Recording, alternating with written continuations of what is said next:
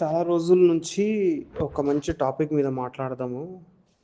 Mental stress గురించి చెప్దాము అని అనుకుంటా ఉంటే, ఇప్పుడు టైం దొరికింది. ఇప్పుడు మ్యాటర్ ఏంటంటే సమాజంలో చాలామంది గొప్ప గొప్ప నాయకులు, politicians, doctors plus film cinema హీరోలు, పెద్ద పెద్ద స్థాయిలో ఉండేవాళ్ళు గూడా సూసైడ్ చేసుకొని చచ్చిపోతా ఉంటుంటారనమాట. సో, అసలు ఇంత పెద్ద పెద్ద స్థాయిలో ఉండి డబ్బు ప్రాబ్లమ్ లేకపోయినా గూడా జనాలు చనిపోతున్నారు అంటే అసలు ఏంది కారణము? ఏమయ్యుంటది? అసలు అంత బాధ ఏం వస్తది అనే కాన్సెప్ట్స్ మీద కొంచెం అర్థం చేసుకోనీకి ప్రయత్నం చేద్దాం. ఇప్పుడు మ్యాటర్ ఏంటంటే మెంటల్ స్ట్రెస్ అంటామనమాట. మెంటల్ స్ట్రెస్ అంటే ఏందంటే, ఇదొక ఎమోషనల్, సైకలాజికల్ ఒత్తిడి. ఒక బ్రెయిన్ మీద మన ఆహ్, ఫీలింగ్స్ మీద, మన ఆలోచన మీద జరిగే ఒక ఒత్తిడి అన్నమాట. దీన్ని ఇంగ్లీష్‌లో ఏమంటామంటే ఎమోషనల్ ఆర్ సైకలాజికల్ ప్రెషర్. ఈ ఒత్తిడి ఎందుకొస్తది అంటే 3 కారణాలు. అందులో మొట్టమొదటిది ఎక్కువగా ఆలోచించడం. అతిగా ఆలోచించడం. ఓవర్ థింకింగ్ అంటాం. అదొక రీజను. రెండవది అత్యాశ అంటే ఓవర్ ఎక్స్‌పెక్టేషన్. మూడవది లైఫ్‌లో ఉండే చాలా ఛాలెంజెస్ అంటే లైఫ్‌లో ఉండే ప్రాబ్లమ్స్ కావచ్చు, ఇట్లాంటివి. ఇవి 3 కారణాల వల్ల మనిషికి ఎమోషనల్ స్ట్రెస్ వస్తా ఉంటది. సైకలాజికల్ ప్రెషర్ వస్తా ఉంటది. ఇప్పుడు నేనేమన్నా మనిషి బ్రెయిన్ మీద ఒత్తిడి ఎందుకొస్తదంటే, ఒకటి ఓవర్‌గా ఆలోచించటం, రెండవది ఓవర్‌గా ఎక్స్‌పెక్టేషన్స్ ఉండటం, మూడవది లైఫ్‌లో ఉండే ప్రాబ్లమ్స్. ఇప్పుడు ఇవన్నీ కామన్‌గా అందరికుంటాయి. వీటిని తట్టుకునే శక్తి ఎవరికైతే ఉండదో వాళ్ళే స్ట్రెస్‌కి గురైపోయి చనిపోతా ఉంటారనమాట. అంటే సూసైడ్ జేసుకుంటా ఉంటారు. ఇప్పుడు నేను కొన్ని ఎగ్జాంపుల్స్‌తో మీకు వివరించనీకి ప్రయత్నం జేస్తా. ఇప్పుడు ఓవర్ థింకింగ్ అన్నాం గదా! First cause for emotional psychological pressure. కొంతమందికి ఏం పని పాట ఉండదు. ఇంట్లోనే ఉంటారనమాట. సో, వాళ్ళేందంటే చుట్టుపక్కల ఉన్న జనాలను చూసుకుంటూ, టీవీ చూసుకుంటూ, సినిమా చూసుకుంటూ, ఫ్రీ టైమ్‌లో ఏం జేయాలో అర్థం గాక, వాళ్ళ ఫ్యామిలీ గురించి ఆలోచించుకుంటూ, వాళ్ళ చుట్టుపక్కల చనిపోయిన వాళ్ళ గురించి ఆలోచించుకుంటూ, ఫ్రెండ్స్ గురించి ఆలోచించుకుంటూ, ప్రాబ్లమ్సే నెత్తి మీద యేసుకొని ఓవర్‌గా ఆలోచించి ఇది ఇది ఇట్లా అయిపోయింది, అది అట్లా అయిపోయింది. నా కొడుకు ఇట్లా అయిపోయిండు, నా మనుమడు ఫెయిల్ అయిపోయిండు, మాకు దీంట్లో ఫలానా జాబ్‌లో జాబ్ రాకుండా పోయింది, జాబ్ వెళ్ళిపోయింది, బిజినెస్ పాడైపోయింది, బిజినెస్‌లో లాస్ వచ్చింది. ఇవంతా థింకింగ్ అనమాట. Over thinking. రెండవదేమో ఎక్స్‌పెక్టేషన్స్. ఓవర్ ఎక్స్‌పెక్టేషన్స్ పెడతా ఉంటారు. కొంతమంది ఇప్పుడు ఒక పని జేసినాము.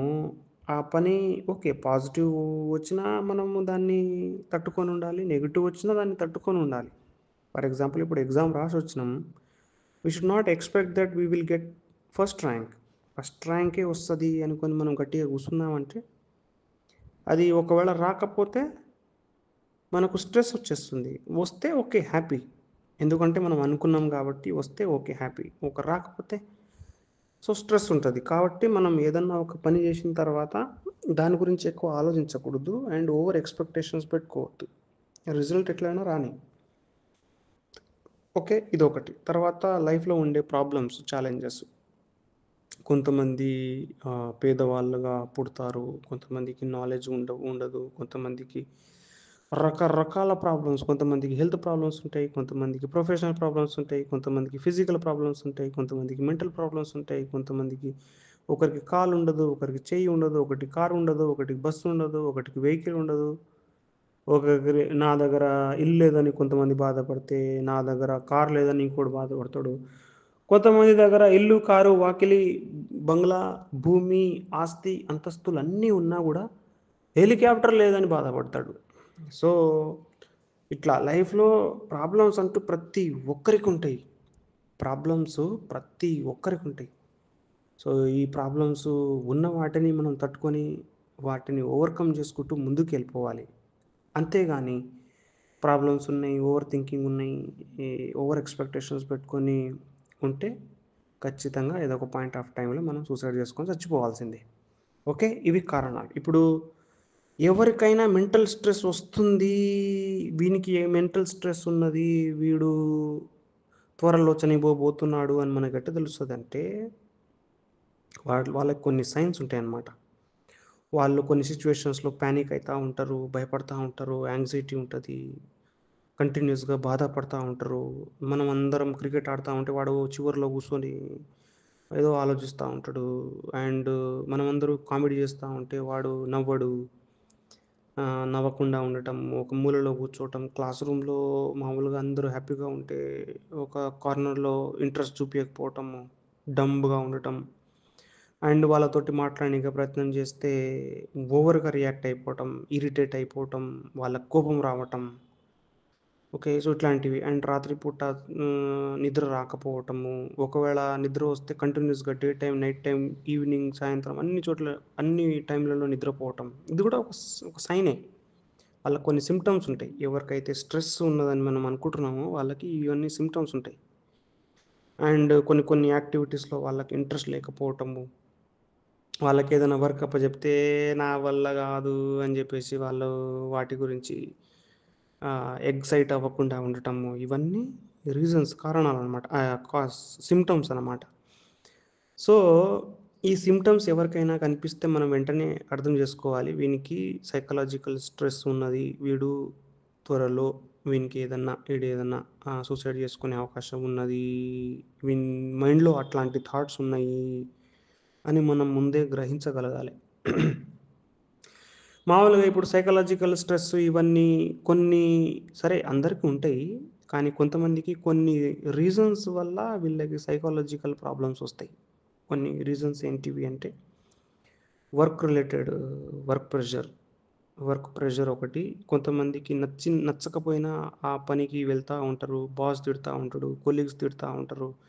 వర్క్ సరిగ్గా చేయకపోతే అందరూ అవమానిస్తా ఉంటారు. నవ్వుతా ఉంటారు. టైంకి వర్క్ కంప్లీట్ కాదు. హైక్స్ రావు.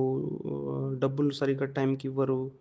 బాస్ తిడతా ఉంటాడు. సో, ఇవి వర్క్ రిలేటెడ్ ప్రెషర్. ఇంగా మనం వర్క్ కాదు స్టూడెంట్స్ రిలేటెడ్‌గా మాట్లాడితే సేమ్ స్టూడెంట్స్‌కి చదువు రాకపోవటము, సార్ తిడతా ఉండటము, ఎగ్జామ్స్‌లో ఫెయిల్ అయిపోతా ఉండటము, చెప్పినయి అర్థం కాకపోవటము, క్లాస్‌లో కాన్సంట్రేట్ చేయకపోవటము, ఇవన్నీ అయితా ఉంటది. తర్వాత కొంతమందికి రిలేషన్‌షిప్ ప్రాబ్లమ్స్ అంటే గర్ల్ ఫ్రెండ్, బాయ్ ఫ్రెండ్ ఈ రిలేటెడ్ ఇష్యూస్.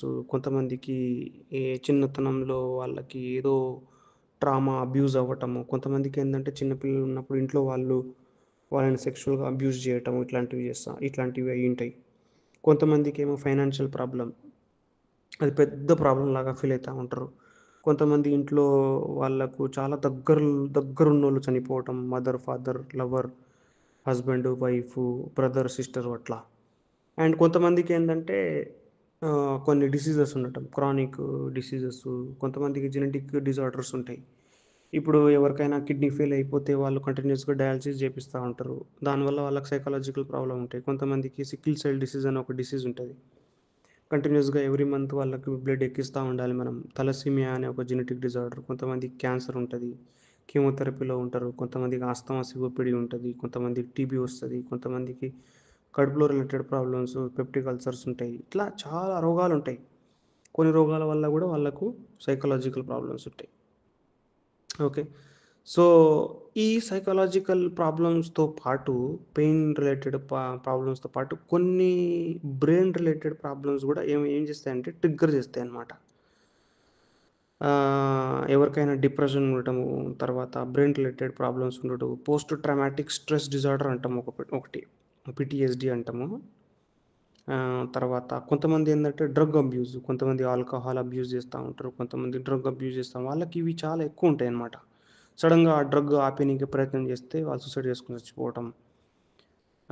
ఫ్యామిలీలో ఏదన్నా జరగకూడనిది జరిగినప్పుడు, ఇప్పుడు కొంతమంది వైఫ్ మీద బాగా ఇష్టం ఉంటది. కానీ వైఫు వేరే వాళ్ళతో అఫైర్ పెట్టుకున్నప్పుడు వీళ్ళు తట్టుకోలేక చనిపోవటము.